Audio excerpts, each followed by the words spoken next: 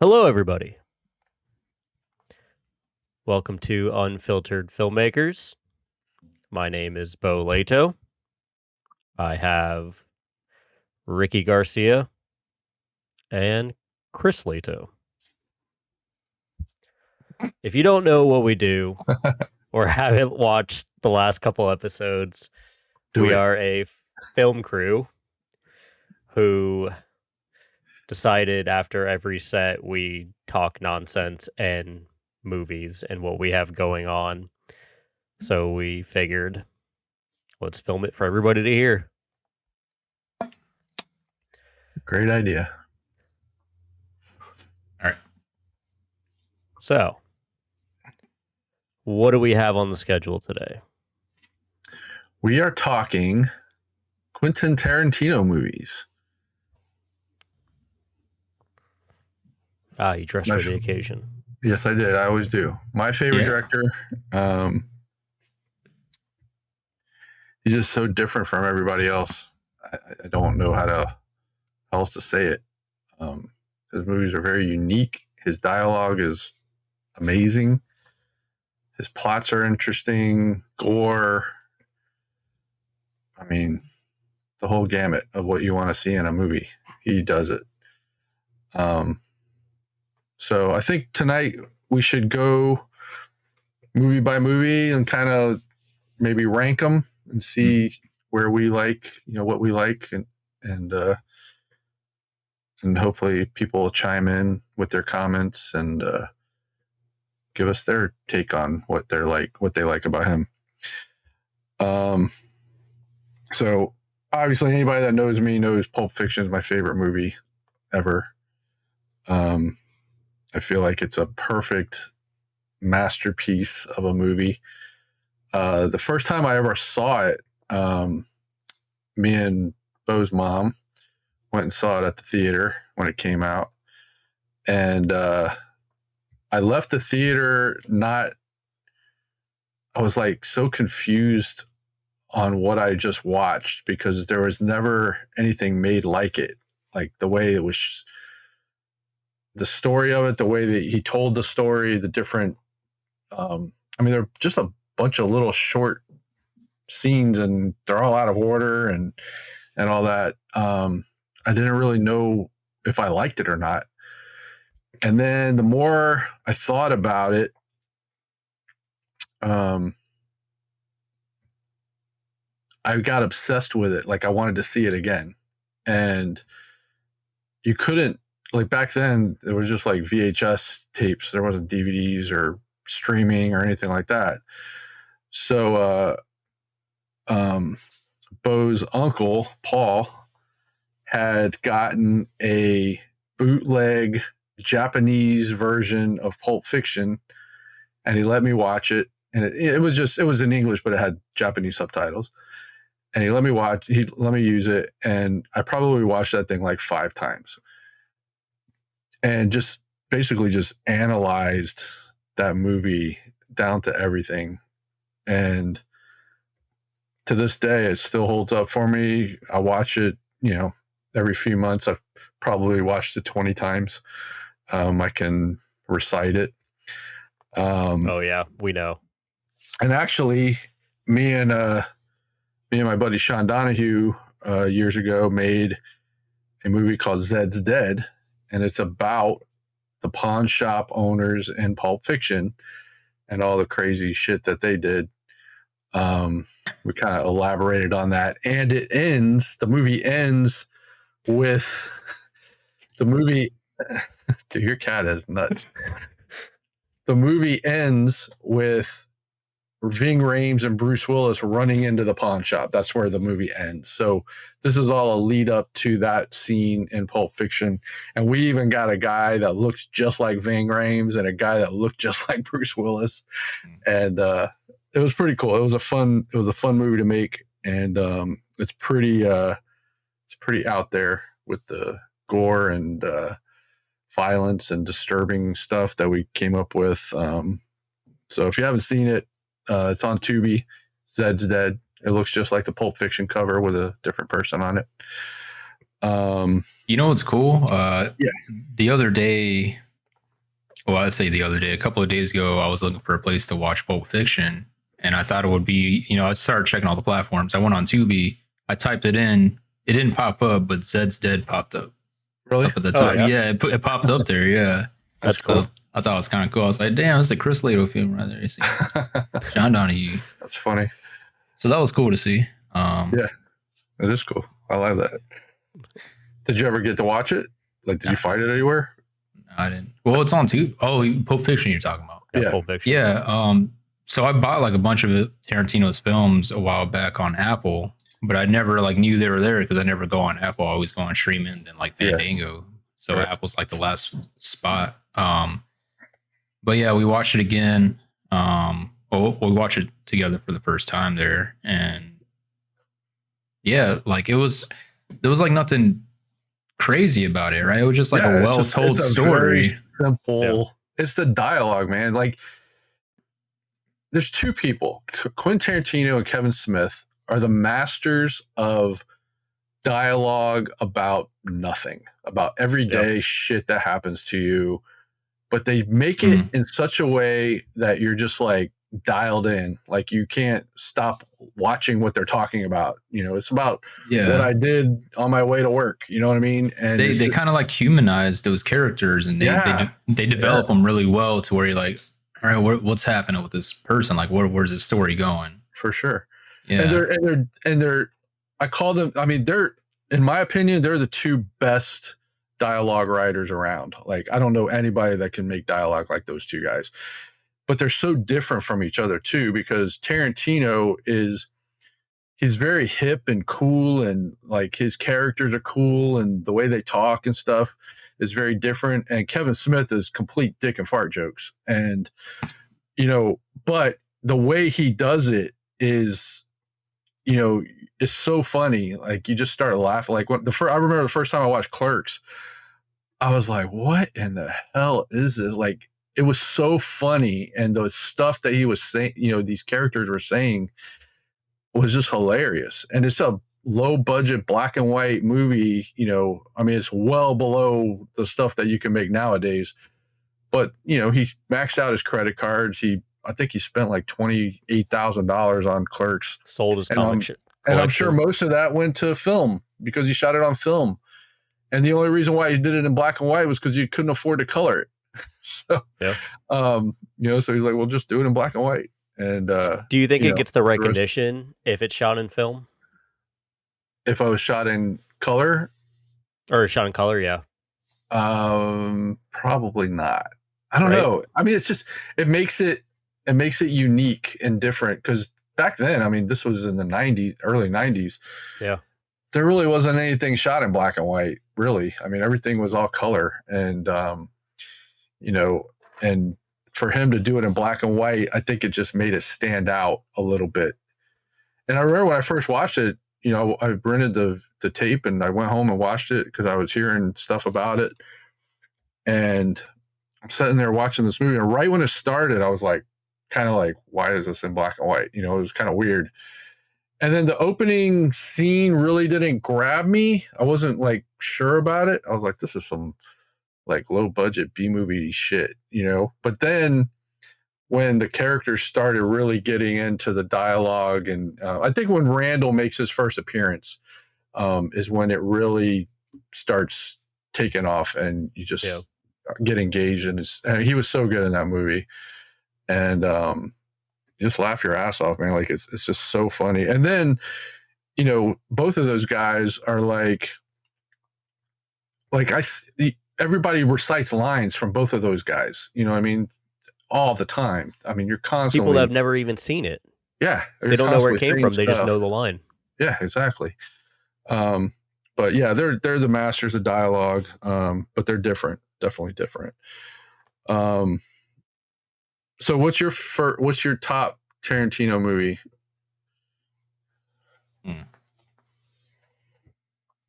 are you asking? He's got 9. You got Pulp Fiction, Jackie Brown. We'll call Kill Bill one movie. We'll call Kill Bill one movie. You got Django Unchained, Inglourious Basterds, Reservoir Dogs, Hateful Eight, Death Proof, and Once Upon a Time in Hollywood. one thing I noticed from watching some of his films, there's a lot of like revenge in the films. Oh, sure. yeah, totally. And I think for me, like, if that's like his biggest theme to put into a film, then Django Unchained kind of stands out for me the most. Yeah. Between Jamie Foxx and like Christoph Waltz, like their performances together. And just like the development of like Jamie Foxx's character and, you know, like the charismatic, like very confident Christoph Waltz, like kind of walking him through how to learn his trade and be a bounty hunter and all that. Like I said, I was watching it recently and I'm like, damn, like this, there were some cool shots. Yeah. But like a lot of it's very like simple and straightforward, the way they shot things, you know, a lot of static shots, some handheld stuff here and there for like tension, but like a lot of it was just effective storytelling. Yeah. You know, and Tarantino's got signature stuff, that signature shots that he does, super tight close-ups, people turning into frame. He likes crash zooms, you know, like they'll turn a character around and they'll crash zoom on his face. Yeah, I read like his favorite lens is like a 50 millimeter, 50 millimeter, and he shoots with Robert Richardson a lot. So a lot of his stuff is like naturally, it feels like it's naturally lit. So it's not like it's taken away from the story. It's just adding to it and telling the story. Right. Which is very, very cool to see. Yeah, for sure. So Django is your favorite of all of them? I think so, yeah. Yeah. What you got, Beau? I don't know. I mean, I'll watch Pulp Fiction anytime it's on. Every now and then I'll go watch it. Same with Kill Bill 1 and 2. I'll watch it if it's on. I've only seen Reservoir Dogs a couple times. I do really like Hateful Eight. Yeah? Yeah. I love the story in that movie and the way it's told. Yeah. And that goes back to his dialogue is so interesting. Like an hour of that movie is nothing happens in that movie. Is what, 4 people sitting in a stagecoach. Yeah. I mean, it's like, and it's then insane. The next hour is a handful of people sitting in a living room. Like, could you imagine if you were a new filmmaker and you were pitching your movie to film executives trying to get money, and you're like, okay, the first hour is 4 people in a stagecoach. They're going to be like, what? And what happens? Nothing. They're just sitting there talking. Yeah, it wouldn't work unless your name was Quentin Tarantino. Exactly. Or like some higher up. Yeah. Yeah. So he's something else, man. Like he can. They're not going to read the dialogue. No. No one reads the script. Absolutely not. Right. No one reads the script. They want that elevator pitch. And how much does it cost? Who's behind it? What names are in it? Yeah. All right. It'll make a profit. Yeah. So I sat here this afternoon knowing we were doing this tonight, and I really thought about my list. I don't think I've ever made a Tarantino favorite in order list. It is very hard. The other day I told somebody, I said, you got Pulp Fiction, you got everything else, and Once Upon a Time in Hollywood is last. I can't stand that movie. I've watched it 2 times at the theater. I saw it twice, and I didn't like the ending, which the ending was good, but it wasn't what I wanted. And I felt like I was duped. Like I felt like I got ripped off. Because they built up that Sharon Tate murder and all that stuff, and then they didn't do it. They did something completely off the wall. And I was just like, what the hell did I just watch? So I left the theater visibly angry when I watched that movie. Does it have amazing performances? Yeah. The whole Charles Manson thing, I thought that was just a waste of time. Like he was on the screen for maybe a minute of the movie, and he's in the trailer. You know what I mean? Like I felt like he made this trailer and it wasn't really what you were going to watch. And I don't know. I felt 28 years later. Yeah, exactly. One of the best trailers ever made, and you go to the theater and you're just like, what the hell is this shit? But even then, like as much of, or I guess I would say is like as much of a movie it was that it wasn't like that great to some people, it was still a really good movie. And the thing is, like with his movies, all of his movies are really good. So even if that's at the bottom, like it's still a really good movie. Once Upon a Time in Hollywood is a good movie by other people's standards. Yeah. I just expected more because it was his movie. And I felt like, I felt not even just the payoff, like the whole thing. Like I felt like it was missing his signature dialogue, and I just wasn't feeling it. But it's still, I mean, again, it's a good movie on, compared to everybody else's movies, it's up there. But for his movie, in the cast. Yeah, amazing cast. Like all the new, every like star young actor and actress. Oh yeah, you're talking about the movie. Manson girls. Yeah. You had what? Margaret Qualley, Sydney Sweeney. Yep. The one that was in Anora, Mikey Madison. Oh, yeah, Mikey Madison. Maya Hawke. Austin Butler was in it.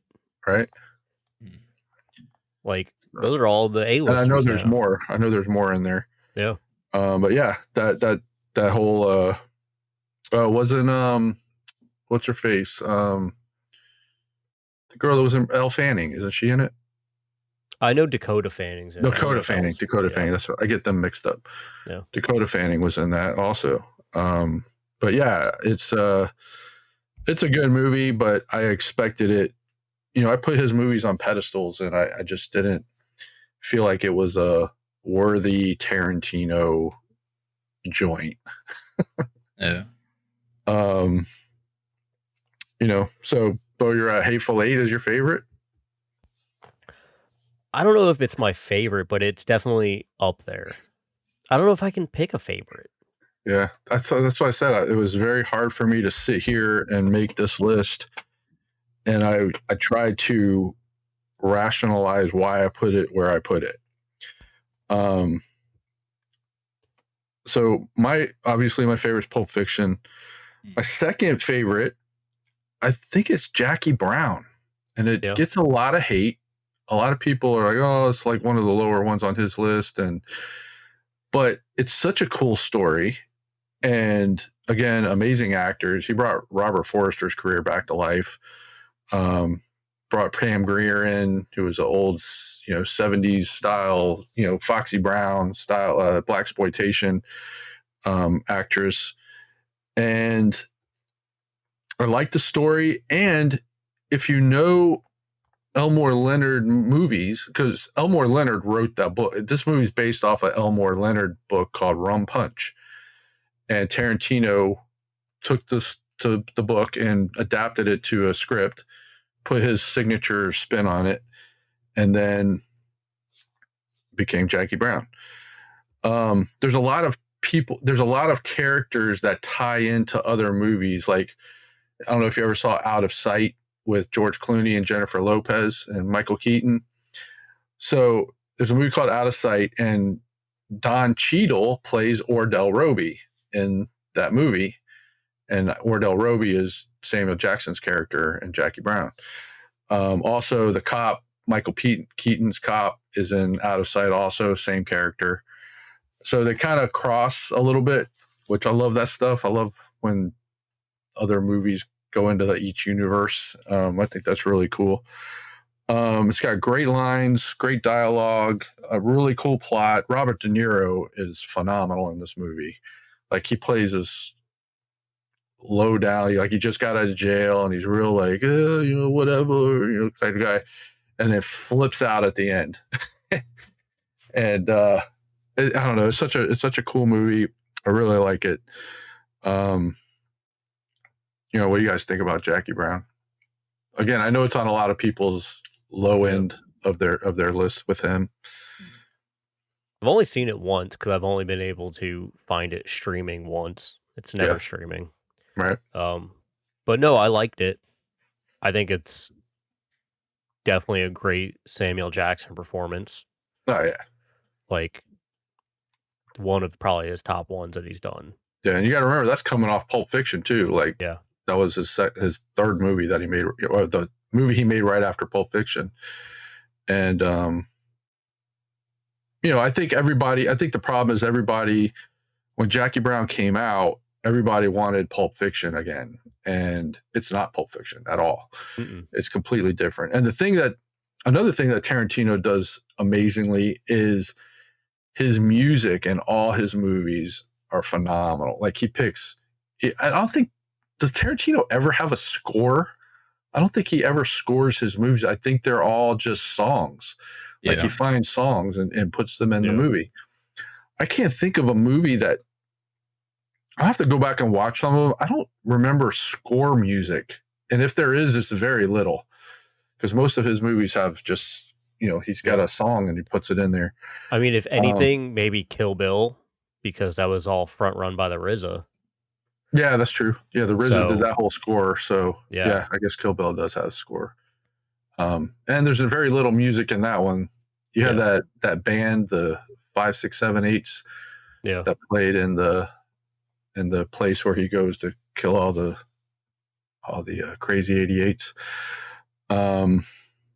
But yeah, he doesn't really score a whole lot of his movies, but he's got the thing. I would bet that he picks the music before he writes his script. I would guess that. Edgar Wright style. Yeah. I bet he does that. I can see that.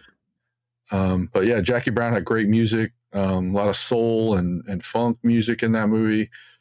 I don't know. I like it. It's a cool movie. Yeah, no argument there. So you said that was your number 2? That's number 2 on my list. Yeah. Gotcha. Oh, what's your number 2? You don't know. I don't know.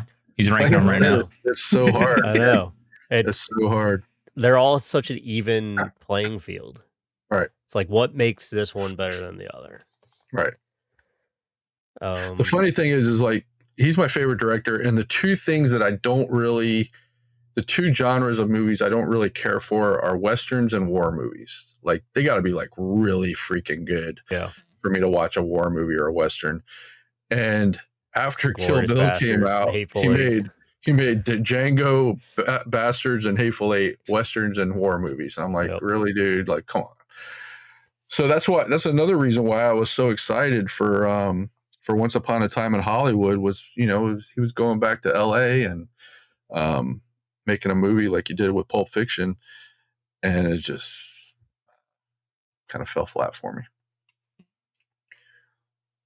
Yeah, that's one that's at my top is Inglourious Bastards. You talk about the war films and Westerns. Those are like the top ones I have.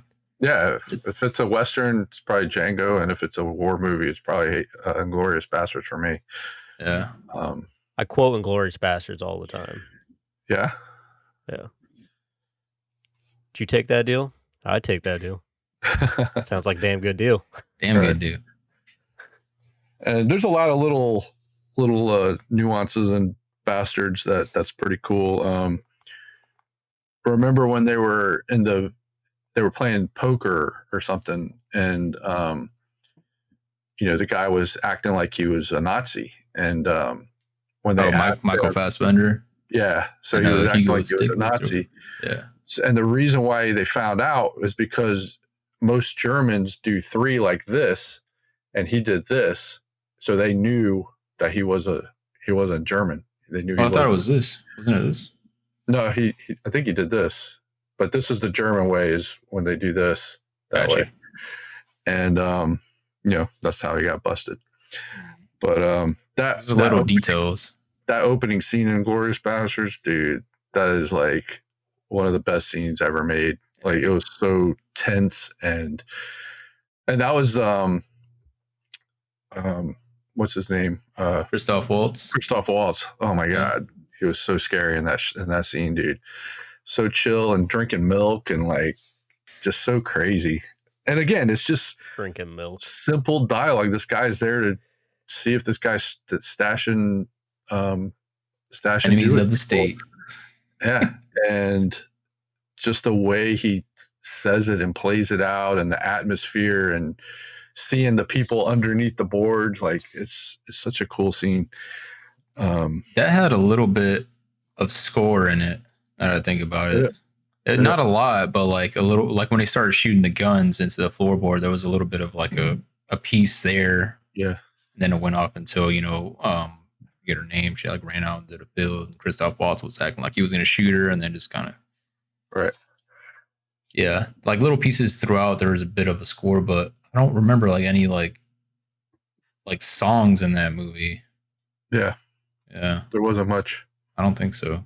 Mm-mm. Yeah. So there must have been score in that movie. Yeah. That that'll is be my number interesting.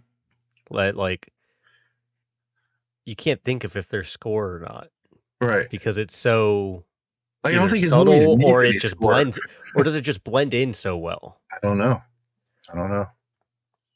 He's amazing at dialogue and picking the right music, man. Like, Yeah. guy's something. So what was your 2, Beau? Still thinking about it. I don't know, man. Maybe Reservoir Dogs. Reservoir Dogs, really? Yeah, I think that's a fun movie.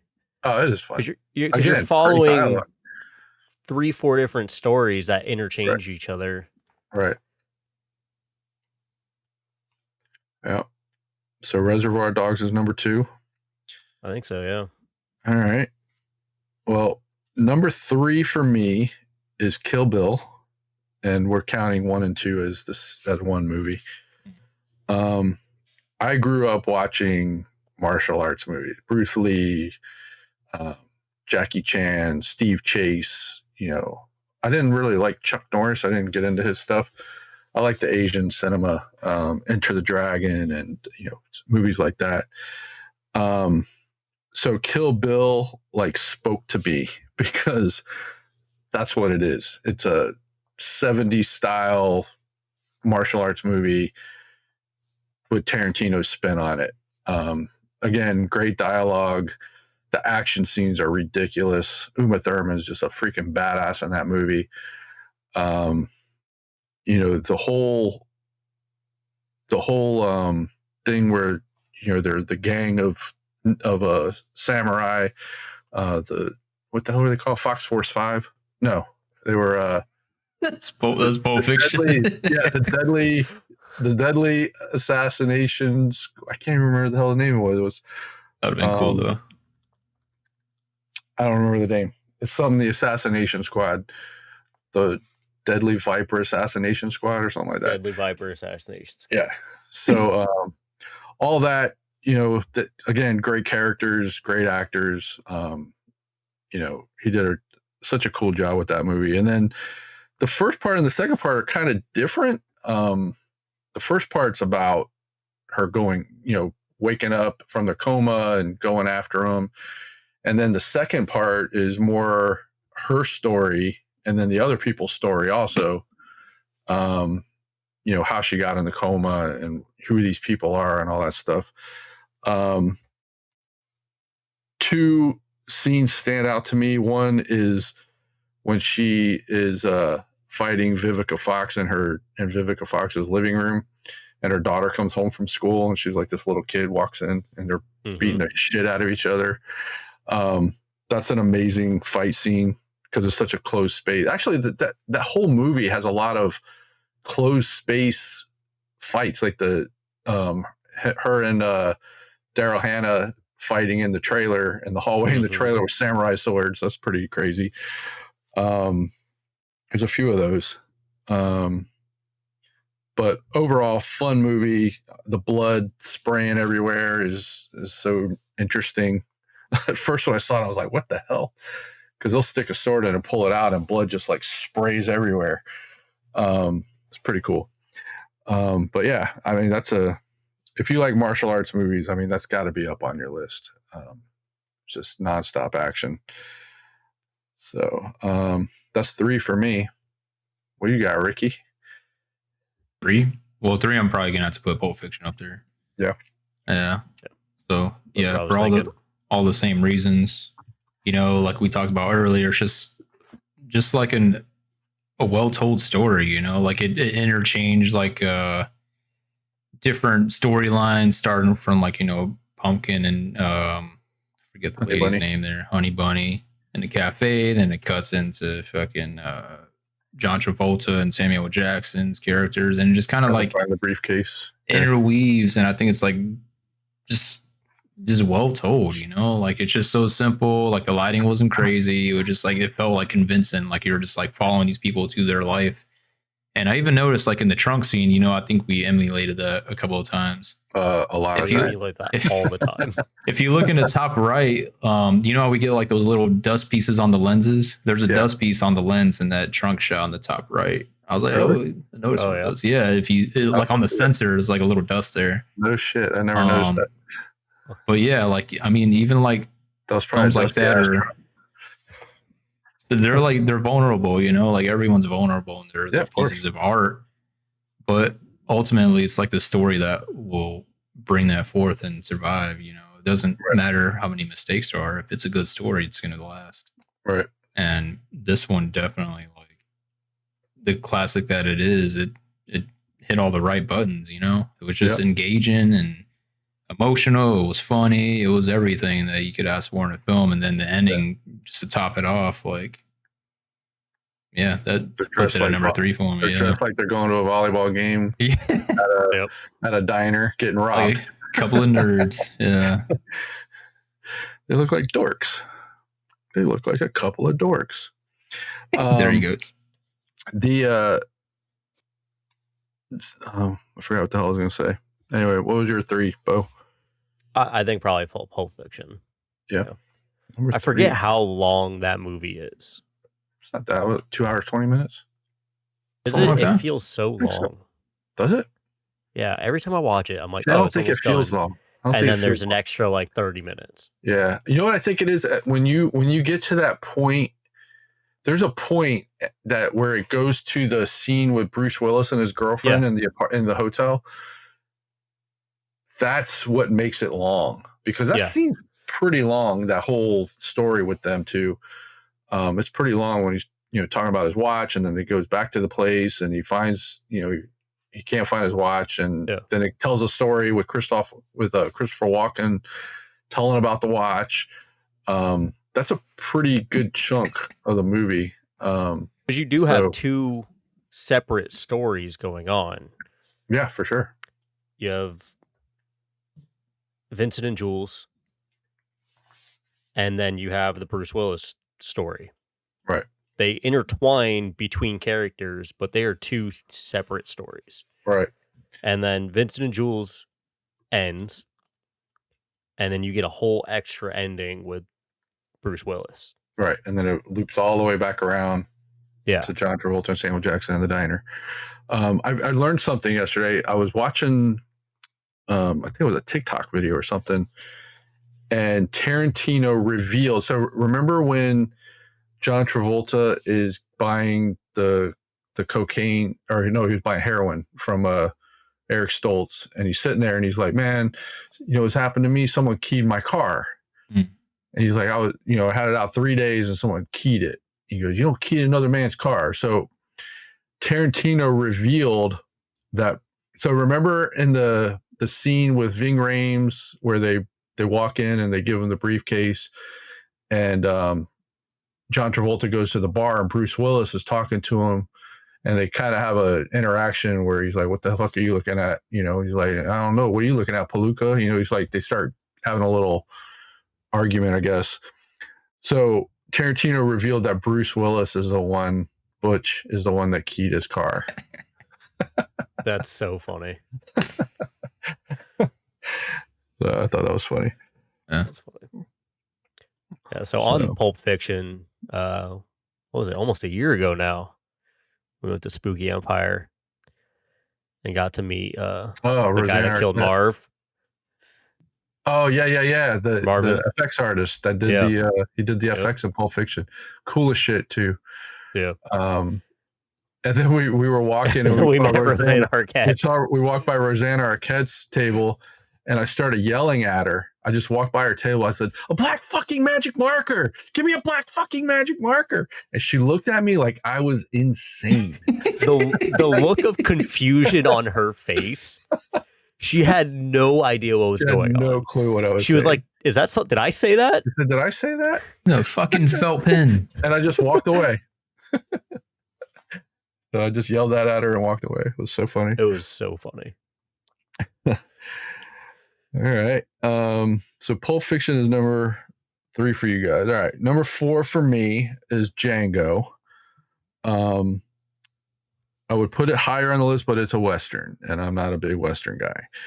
But if I were going to watch a Western, I'm watching Django Unchained. Definitely a different type of Western. Yeah, it's crazy. Leonardo DiCaprio is awesome in that. Yeah. Christoph Waltz is awesome in that. Jamie Foxx is awesome in that. That's another thing that Tarantino does is he gets the right people to deliver his dialogue. Like, I can't even imagine Samuel Jackson and John Travolta, someone else saying those lines in Pulp Fiction. Like, you can't, like, not one bit. There's no way. But there were other people that were supposed to have those roles. And I just don't think that it would have been as good. Do you think after a point of being successful with 2-3 movies, he started writing for specific people absolutely. to play these roles? Absolutely. Yeah. Or did he have all these scripts written already? I think he wrote from the first movie specifically people that he wanted. So I think I remember reading that somewhere. Yeah, like he was like, I imagine this person playing this role, and if I can't get this person, then this person will fit into it. That's kind of what happened with like John Travolta's character in Pulp Fiction. Is like he initially had, I think it was the guy from Reservoir Dogs. He was like the black slick hair. You know what I'm talking about? He wanted Michael Madsen. Michael Madsen was originally supposed to be that pick for that. For Vincent Vega. Michael Madsen was on another movie or something, and he gave it to John Travolta. Yeah. So it's almost like these people kind of fell into the perfect spot and then delivered. Yeah. And you know the story of Reservoir Dogs, like how it came to be. So Tarantino had 2 scripts. He had True Romance and he had Reservoir Dogs. He had these 2 scripts that he had written. And he had a friend of his that was working on Tony Scott's movie, The Last Boy Scout, with Damon Wayans and Bruce Willis. And he told Tony Scott, he said, hey, I got this friend of mine. He's got these 2 amazing scripts. You should read them. So Tony Scott's all right. So the guy gave Tony Scott both of the scripts, and he was flying to Japan. He read both scripts on the plane. He said right when he landed, he called Tarantino and said, I want both scripts. And Tarantino said, you can only have one. And Tony Scott bought True Romance from him for $50,000.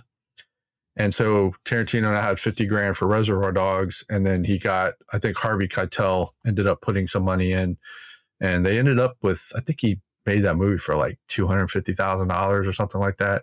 And a lot of these guys, they were pretty known actors at that time. And a couple newbies, like Steve Buscemi was a newbie. But, most of those guys had been doing stuff, and they all kind of took pay cuts to be in the movie, and, came out to be Reservoir Dogs. And that led to Pulp Fiction. And then, the rest is history. 1.2 million. 1.2 million was the Reservoir Dogs? Really? Yep. Oh, wow. I didn't realize it was that much. Yep. Interesting. But they were talking about those guys wore their own clothes. Like they had to wear their own clothes and stuff. They didn't buy them, all the suits and all that shit. And if you notice, Steve Buscemi's wearing jeans, like black jeans, because he didn't have any suit pants that fit him. So he had black jeans that he wore with the coat and the tie. So anyway, so Django is my number 4. What do you got? Probably put the Kill Bills at 4. Kill Bills at 4. All right. Yeah. I'm probably gonna have to. So I got Django and Glorious. Ricky's never Pulp seen Fiction. Kill Bill, so I haven't seen them yet. Yeah. So I still have to watch those. Yeah. And it's been a long time since I've seen Jackie Brown. So I'll probably put The Hateful Eight there just for the same kind of like period piece. I like the set design that they have in there and the simplicity of the story told, and like right. Yeah. So that would be my number 4. That movie gets wild at the end. Oh yeah. There's a breaking point and all hell breaks loose. That's a pretty tame movie up until that point. Yeah. Kind of like Not Django. a lot happens. Yeah. It's like just when Django goes into that house. Story for an hour. I mean, that's really it. Yep. But yeah. So I got Inglourious Bastards number 5. I feel like Inglourious Bastards and Django are like equal to me. Like they're so close that I can't really pick one or the other to be ahead of the other one. Again, war movie, not big into war movies and not big into Westerns. I think that's probably why they're so close for me. But I mean, amazing movie, you know. And what he did with the Hitler scene at the end, burned down the theater and everything, was pretty crazy. Yeah. But yeah, it's a really good movie for a war movie. For a war movie. Yeah. You give it so much hate. I don't give it hate. I love it. I think it's an amazing movie. But I just don't like war movies. But again, his characters, his dialogue, like all that stuff is like when Brad Pitt goes to that party and he's like trying to act like he's Italian. Gorlami. Gorlami. That shit is so funny.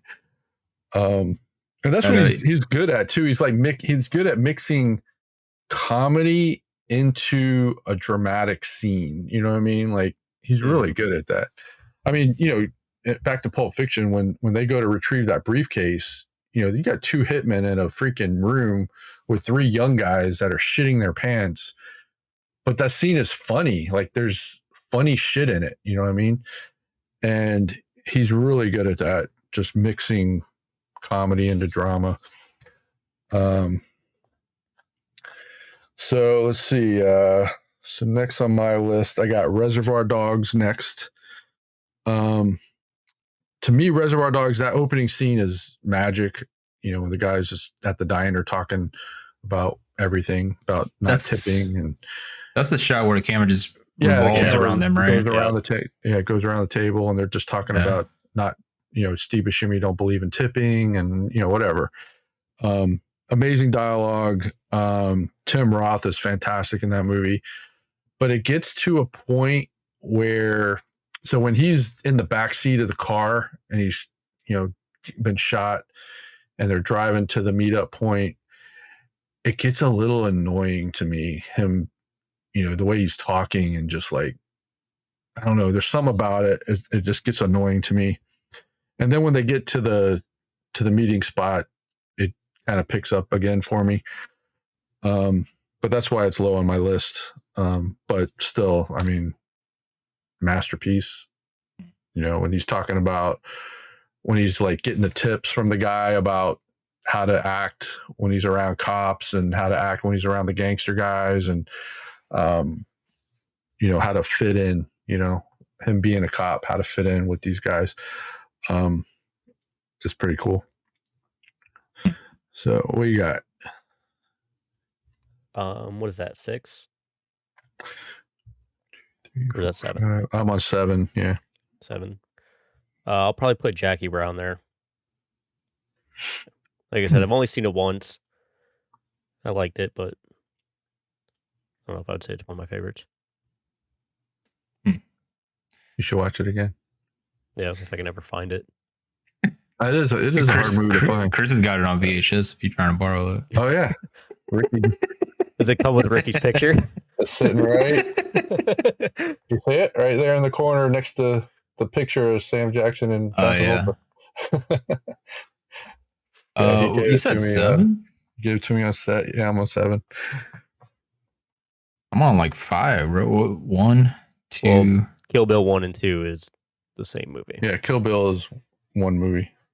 Oh, I got you. There. I think my 5 would be Reservoir Dogs. Then 6 would be Jackie Brown. Yeah. Yeah, like you said, I haven't seen the Kill Bill, so that's probably going to fall where those are, if those are something that I'm into, you know, in the middle. Yeah, because I do like I action. I can see you really films, liking that movie. Because I like John Wick and all that stuff. You know what I'm saying? Like if it's something in the vein of that, like John Wick with a samurai sword is basically what it is. I mean, because I've seen like parts of the first one. Like I've seen the scene when she's fighting in the kitchen, like the cereal box and all that with the box, and I've seen some of the sword play when she's in the room. They're all like kind of surrounded. It's like the little like the bird's eye shot, you know, where they're kind of like ants. Right. And I think a lot of the shots he was emulating there was from older films that he's seen before. Yeah, absolutely. And making it his own. Right. So I mean, I think I'd be interested in like trying to sit down and watch both of them. There's a lot of old 70s style Asian martial arts movies, and then he also throws in a little Crouching Tiger, Hidden Dragon stuff, you know, where they're like flying and off the one rail to the next rail, stuff like that. But he mixed a lot of different things in there, and it's just a cool movie. I mean, definitely Uma Thurman's best movie. I mean, she's freaking badass in that movie. I liked Lucy Liu's character. She plays Oren Ishii. Then you got Gogo Yubari, the girl with the mace. Is that a mace? Or is that a Morning Star? Yeah. No, Morning Star is with like a club. Yeah, no, I think a Morning Star is a club. Is a club. I think the Morning Star is the chain. Is it? Okay. Yeah. It's got the little spiky ball on the chain. Ultimately, amazing. We have that one kill in Cheerleader Sleepover Slaughter where we have the blood coming from the eyes. Oh, yeah. That's what happened. And we were like, does that even happen? Right. We were trying to think of the logistics of it. It was like, that's something that would happen if you got stabbed. And they were like, oh, you know what? Tarantino did it in Kill Bill. So exactly. So she got hit in the back of the head. Yeah. And that happened. I mean, we stabbed in the top. We stabbed her in the top of the head. Yeah. So that's cool. Huh. So you got Once Upon a Time in Hollywood last then, because you haven't said it yet. Yeah, I got that one last. So next I got Hateful Eight. I think we've talked about that one.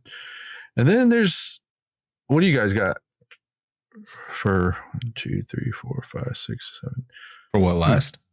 Probably, I think we're at 8. I'm at 7. I'm at 7. Oh, you're at 7? Yeah. I should have put Hateful Eight 8.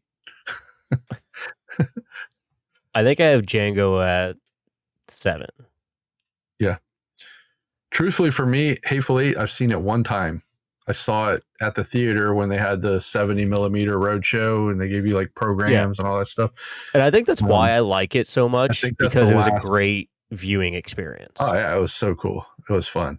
And we went during the day, didn't we? Yeah, we went during the day and saw it. I still have the program, actually. Actually, I saw one at a yard sale a couple weeks ago and I looked at it. I was like, damn. I should have bought it. I didn't, but I already had one. But yeah, it was a cool experience watching it on the big screen like that. But again, it's just a Western and it's just down on my list. Yeah. Yeah. So yeah, I guess everyone has Once Upon a Time in Hollywood at the bottom. Yeah. Yeah. We're forgetting Death Proof. Actually, Death Proof's I love Death Proof. Death Proof's a cool movie, man. Is that the one with Kurt Russell when he's in a vehicle? Gotcha. That's such a that's the grindhouse one. Yeah, the grindhouse scene. I went and saw that, both of them together, the Planet Terror and Death Proof. They had the grindhouse double feature. Oh yeah, and they had a bunch of like fake trailers in between them and stuff. So it was cool to see both of them together. I'm not a big grindhousey person, but Death Proof was cool. I mean, that car accident scene, oh my god, it was so neat the way they shot that. Yeah. But yeah, I mean, again, it was a cool movie, great dialogue, great characters. I thought Kurt Russell was really good in it. And then you get in the second cast and you got Mary Elizabeth Winstead, Rosario Dawson. Right. Who's the third one? Well, the girl that was hanging on the hood of the car at the end, like that long ass scene where she's hanging on the hood, he's trying to throw her off. You know who that is? No, who is it? That is Uma Thurman's body double in Kill Bill. She was really? The stunt. Yeah, she was the stunt woman that did all the Uma Thurman stunts. I can't remember her name. She's Australian.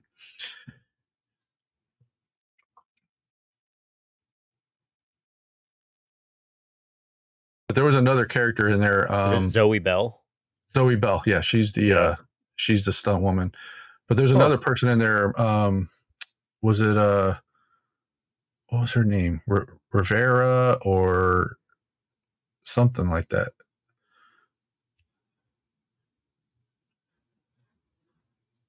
Who else is in it? I don't know. It's got Zoe Bell, Rosario Dawson, Vanessa Ferlito, That's what I was thinking of. Arlene. Rose McGowan was in there. Yeah. Well, Rose McGowan was in the beginning, right? Planet Terror. Yeah, she was in Robert Rodriguez's movie. Shit says she's in Death She was in Death Proof also? Yeah. I don't remember that. I've only seen According Death to Proof IMDb. like twice. I've seen Death Proof twice. So, and I I haven't seen it in remember a really long time. seeing the posters in the movie theaters growing up. And then I just watched it for the first time 2 years ago, maybe. It was on Tubi. And I was like, oh, I've never seen this, so I wanted to watch it. It was fun. It's fun. Yeah, it's a fun movie. It is fun. So obviously Once Upon a Time in Hollywood lasts. There are two Tarantino movies that he didn't direct. One obviously True Romance, and the other one From Dusk Till Dawn that he did with Robert Rodriguez. And then he also did he did a story in Four Rooms. There was Four Rooms was a movie that takes place in a hotel, and a director, like there's 4 different stories going on in this hotel, and a different director did all 4, and Tarantino did one of the rooms. That's cool. Yeah, it was okay. I mean, it wasn't great. Tim Roth was in that. Couldn't tell you who else was in that, but yeah. So I got a question about that. Yeah. Tim Roth specifically. So in Pulp Fiction, his name is the first one listed. Is he like the highest billed actor in that? I think it was in order of appearance. In order of appearance. Yeah. Okay. It was him and Amanda. What the hell's her name? Amanda something. They were the first people shown. They were the first 2 people in the diner that they showed. I mean, when did Die Hard come out? Was that after that? No, wait. Isn't the opening? Isn't it the opening scene? It's those 2. Yeah, they're at the diner in Pulp. Is that the opening scene? Okay, yeah. I mean, I've only seen the movie 20 times. I can't tell you what the opening scene is. I wasn't sure if it was that or if it was them in the car talking about the Royale with cheese and all that shit. Yeah. But what's funny is there's a lot of little things too. Like so in Reservoir Dogs, Steve Buscemi is talking about how he doesn't tip and he doesn't deserve, waiters don't deserve that or whatever. And then in Pulp Fiction, he plays a waiter. He plays Buddy Holly at Jack Rabbit Slim's when they go to dinner, and he's the waiter. So that's kind of funny. That was on purpose. Yeah, there's no way it wasn't. Yeah, totally did that on purpose. But I don't know. He's the man. I wish he'd make another one. He hasn't made one in a while. What was the last movie he made? Hateful Eight? Once Upon a Time in Hollywood. Oh, Once Upon a Time in Hollywood. When was that? God, that was 2019, I think you said. 5 or 6 years ago, right? Yeah. Interesting. So he was supposed to make some movie called The Critic and shelved it. They were already in pre-production, and then he said he didn't want to make it. I've heard he's been trying to get Star Trek for a while. Yeah.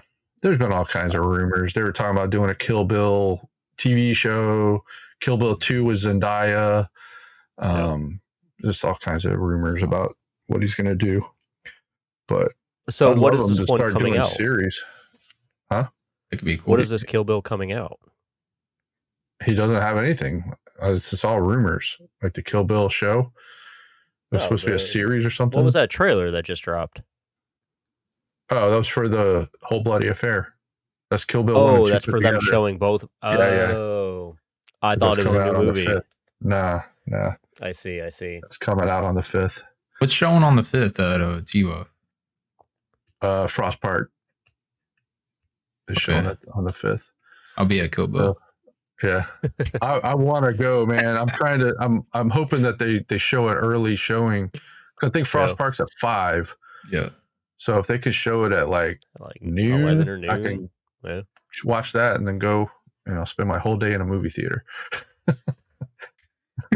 Was that like 5 hours? Well, the Kill Bill is 4 hours and 40 minutes, and there's an intermission. I think there's like a 12-minute intermission or something. He's gonna sleep anyway, so yeah, I'm gonna sleep through half of it anyway. Yeah. So why would you go then?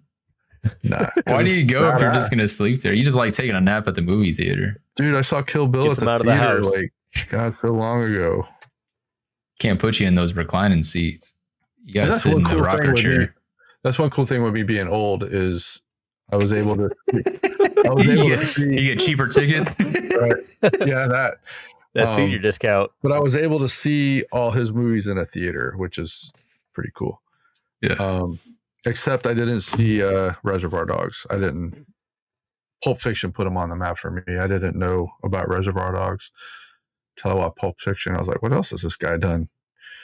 And back then you had a book that you had to read. It called it was called The Movie Hound, and it was like this book that was like this thick, and it had every movie in there, all the cast, everything. You just look through it like an encyclopedia and try to get all your information. You didn't have internet back then, so it was kind of crazy trying to figure out who did what. And yeah, so, it's like when we had phone books. Yeah, for sure. Same deal. We used to sit on phone books when we were little kids, and we couldn't sit at the table. We weren't tall enough, so we'd sit on a phone book. And I'm like, what do they do now? There's no phone books. Get the old Movie Hound. I wonder what happened to my Movie Hound. I mean, that thing was gigantic, and they had them at all the Blockbusters had them. So if somebody was asking about a movie, you could look through the Movie Hound book and find the answer. But I usually knew the answers anyway. So I was such a freak. All that Jeopardy you're watching. Yeah, exactly. Is that coming on early tonight? 7:30. Oh, there you go. 7:30. It'd be early tonight. Yeah. You might make Wheel of Fortune too. He's ready for Jeopardy. Yet. I haven't eaten dinner yet, so a couple hours late. Well, I think that was a cool segment on the Quentin Tarantino. Kind of wrap it up. Everyone kind of hit them all a little bit. And we were on the same page with Once Upon a Time in Hollywood at the bottom. Yeah. I think most people are. I feel the same. I'll watch it again at some point and say, still low on the list. Yeah. I went and watched it with my two roommates, and we walked out, and I was like, it was good. And they're like, yeah, that sucked. Yeah. I don't like it. Yeah, it was very slow, and the payoff wasn't really there. No, it wasn't. So all the other films, like I said, like they all have that aspect of like revenge, and they're all like told really well and just entertaining, and it kind of touches base on every little thing too. Like you got your crime thriller, you got your Western, you got your war film, neo noir type of stuff, and this one was just like a straightforward drama that didn't really like hit as hard as we were hoping for it to. I feel like it had an identity crisis. Yeah, I agree. Because like I would much rather seen the story of Leo's character all the way out, right? Or the story of the Mansons be more. Yeah, the Mansons, they touched on it. Like I said, it was in the trailer, so you're expecting this to be like full of the Manson stuff, and it really wasn't. They were just kind of like a little. Like Brad Pitt. It was so Brad Pitt went somewhere. Picked this girl up and took her back to the Manson farm. Like that was really it until the end. Yeah. And they didn't really touch on it at all.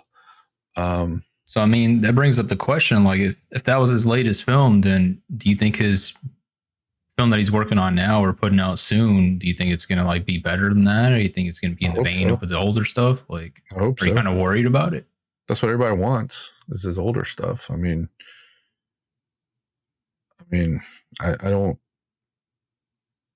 but he loves Once Upon a Time in Hollywood. He always talks about how it's one of his favorite movies he's made and blah, blah, blah. And it's my homage to Hollywood and all this stuff. And I'm just kind of like, I didn't feel it. Like if I didn't know that was a Tarantino movie and I watched it, I would not think it was a Tarantino movie. Yep. You know what I mean? all his other stuff, like he's got his stamp on it. Like, just by the music, the characters, all that, it's his. This one, I didn't feel it. Even though he had really good music in it, it just didn't. The dialogue and stuff just didn't hit. I don't know. There was something weird about it, but I didn't dig it. So, yeah. So I think we're at our finish mark. Yeah. Good discussion today. Yeah, it was cool. So we'll come back with something cooler next week. Unless we get canceled. We're not getting canceled. We'll see. Come back People don't next even week know to about find The us out. only yet. people that can cancel us is us. Yeah. And Jeopardy. Yeah. So in the comments, let us know your list. How do you think about our list? Kind of tell us what you like, what you don't like. If you think we suck, tell us we suck. Say something. Yeah. Anything. Engage. Anybody group other conversation. than Dan. Dan, keep commenting though. Dan, you Don't keep stop. commenting, but everybody else join in. This is group Follow conversation time. Follow Dan to the comment section. All right. Ricky. Subscribe. Don't forget to subscribe to our YouTube Subscribe, channel. please. YouTube, Join our Spotify, Facebook group. Instagram. Join got our 'em all Facebook rolling. group. Yeah. Ricky, tell the people where they can find you. So you can find me Instagram _RGarcia91. Unfiltered Filmmakers pod. I forget the tag on Instagram. We're on Instagram, we're on screen. Spotify, YouTube. It's on the screen. Don't worry about it. It's where it needs to got be. Got a new background. Updated a little bit. That too. Making some changes over here. We got a little bit of a budget, Yeah. It's all those what we comments Dan's An extra 2 hours a week. All right, Chris. All right. You can find me on Facebook. I'm always on there. Reaper Films production page. Join it. And the Unfiltered Filmmakers group. Join it. You can keep up with the latest episodes and everything we got going on. And you can find me on Instagram, Beux_. It's on the screen now. It's my personal page. I post behind the scenes stuff, photography, everyday life stuff. So that is where you can find us. Be sure to like and subscribe, comment, all that good stuff. Join us next week to find out what we're going to be talking about. And if not, you suck. Have a good day.